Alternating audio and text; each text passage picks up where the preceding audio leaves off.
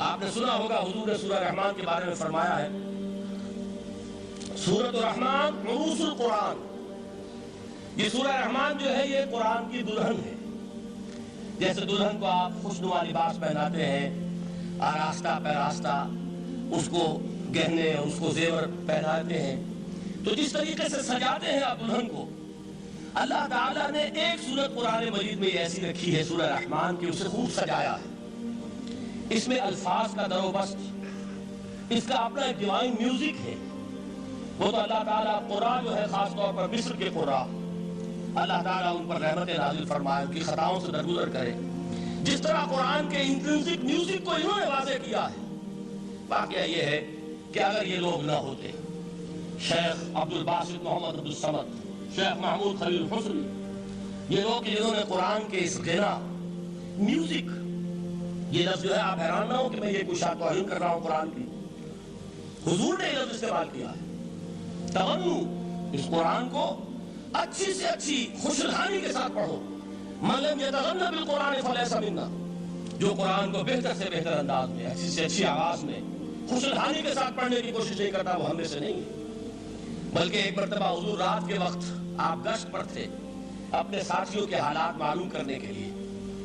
حضرت ابو موسیٰ اشعری رضی اللہ تعالیٰ عنہ صحابی ہیں، ان کے گھر کے پاس سے گزر ہوا، وہ رات کو تہجد پڑھ رہے تھے، کھڑے ہوئے کیف کے عالم میں قرآن تلاوت کر رہے ہیں۔ حضور کو بہت پسند آئی ان کی قرات، کافی دیر تک وہاں کھڑے سنتے رہے۔ اب انہیں کیا پتا کون سن رہا ہے، بالکل اسی طرح سمجھ لیجئے ایک بات یاد آئی ہے، حضور فرماتے ہیں کہ جس طرح کان لگا کر اللہ قرآن کو سنتا ہے، کسی چیز کو نہیں سنتا۔ ہمیں نظر نہیں آتا نا، ہمیں معلوم نہیں، ہم قرآن پڑھ رہے ہیں تو سننے والا کون ہے؟ سب سے زیادہ کان لگا کر خود اللہ۔ یہاں اس لیے مجھے یاد آیا کہ ابو موسیٰ اشعری کو کیا پتا تھا کہ کون سن رہا ہے، اور اپنی کیفیت میں نماز میں تہجد میں قرآن کی تلاوت کر رہے تھے۔ اور ظاہر بات ہے ان کے گھر ایکڑوں میں بنے ہوئے نہیں تھے، ایک ایک کمرہ، ایک ایک کوئی حجرہ، ایسے تو گھر تھے نا صحابہ کے، لہذا حضور پاس سے گزرے، آواز آئی، کافی دیر سنتے رہے۔ اس کے بعد آپ تشریف لے گئے، صبح فجر میں ملاقات ہوئی تو حضور نے تحسین کے انداز میں فرمایا، یا ابا موسیٰ انک قد اوتیت مزمارا من مزامیر آل داؤد، اے ابو موسیٰ تمہیں تو آل داؤد کے سازوں میں سے ایک ساز اللہ نے عطا فرما دیا ہے۔ جس طرح حضرت داؤد، لہر داؤدی مشہور ہے کہ جب وہ پچھلے پہر رات کو حمد کے ترانے آلاپتے تھے، قرآن میں ہے کہ پرندے شامل ہو جاتے تھے ساتھ، اور پہاڑ وجد میں آتے تھے، پہاڑ بھی ان کے ساتھ شریک ہوتے تھے۔ تو جس طرح کا اللہ نے ان کو لہر عطا فرمایا تھا، حضور نے تحسین کے انداز میں فرمایا ہے، ابو موسیٰ اشعری اللہ نے تمہیں بھی آل داؤد کے سازوں میں سے ایک ساز عطا فرمایا۔ بہرحال قرآن مجید کا جو یہ میوزک ہے، قرآن کے الفاظ کا جو حسن ہے، جہاں تک حسن معنوی ہے وہ تو ہر لفظ میں ہے، لیکن یہ حسن ظاہری، حسن صوتی، حسن لفظی، یہ اپنے کلائمیکس پر آپ کو نظر آئے گا سورہ رحمان میں۔ لیکن قرآن میں یہ سورت اس اعتبار سے بھی ممتاز ہے، اس کی 4 آیات پر ذرا توجہ کریں گے، عجیب حقائق سامنے آئیں گے۔ جہاں یہ قرآن مجید کے حسن صوت اور حسن لفظی کی معراج ہے، وہیں اس کی پہلی 4 آیات میں 4 چوٹی کی چیزوں کا ذکر ہے، سب سے اونچی چیز ہے۔ پہلی آیت کیا ہے؟ الرحمن، ایک آیت ہو گئی۔ رحمان کیا ہے؟ اللہ کا نام ہے۔ کبھی آپ نے غور کیا اللہ کے ناموں میں سب سے پیارا نام کون سا ہوگا؟ رحمان۔ کیوں؟ اس کا مادہ کیا ہے؟ رحمت۔ ہمیں سب سے بڑھ کر جس چیز کی ضرورت ہے وہ کیا ہے؟ رحمت خداوندی۔ نام اچھی طرح سن لیجیے اس حضور کے قول کو۔ حضور فرماتے کوئی شخص جنت میں مجرد اپنے عمل کی بنیاد پر داخل نہیں ہو سکے گا جب تک کہ رحمت خداوندی دستگیری نہ کرے۔ کسی صحابی نے بڑی ہمت اور جرأت کا ثبوت دیا کہ پوچھ لیا، کیا حضور آپ بھی؟ جب آپ نے فرمایا کوئی شخص داخل نہیں ہو سکتا جنت میں محض اپنے عمل کی بنیاد پر جب تک کہ رحمت خداوندی جو ہے وہ دستگیری نہ فرمائے۔ پوچھا گیا کیا آپ بھی؟ آپ نے فرمایا ہاں میں بھی۔ آپ انداز کیجئے کہ اگر محمد رسول اللہ بھی رحمت خداوندی کے ضرورت مند ہوں تو تابع دیگراں چہ رسد، ہماری تو سب سے بڑی ضرورت رحمت خداوندی ہے۔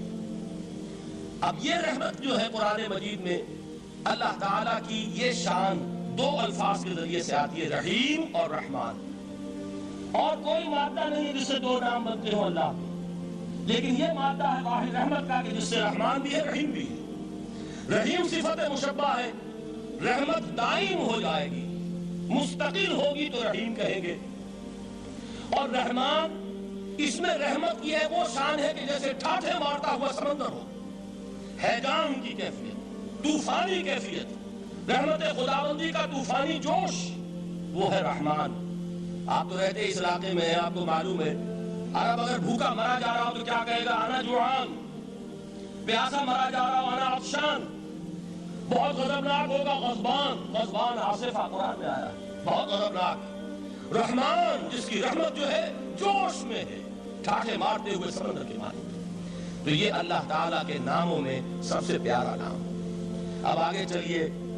الرحمن علم القرآن. رحمان نے قرآن سکھایا.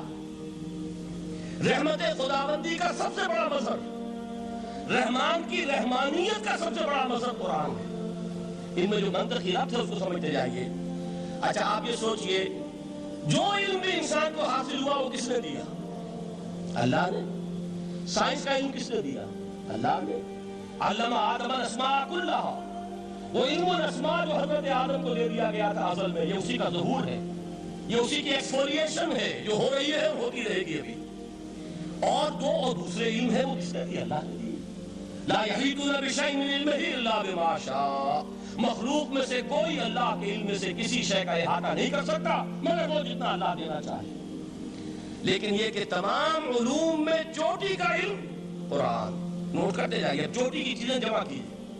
اللہ کے ناموں میں چوٹی کا نام رحمان. اللہ نے جو کچھ انسان کو سکھایا اس میں چوٹی کا علم قرآن. خلق الانسان. انسان کو پیدا فرمایا. سوال یہ کہ حیوانات کو کس نے پیدا فرمایا؟ آسمان کس نے پیدا کیے؟ زمین کس نے پیدا کی؟ فرشتے کس نے پیدا کیے؟ کیا مطلب خلق الانسان؟ اس کی تمام مخلوقات میں اس کا کلائمیکس، اس کی تخلیق کی معراج، اس کے تخلیق کا نقطہ عروج انسان ہے. یہ ہے کہ جو مسجود ملائک بنا ہے.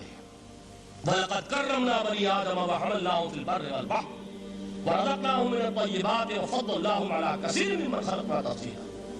تو تخلیق میں سب سے اونچی تخلیق انسان کی. علموں میں سب سے اونچا علم قرآن کا. اللہ کے ناموں میں سب سے اونچا نام رحمان.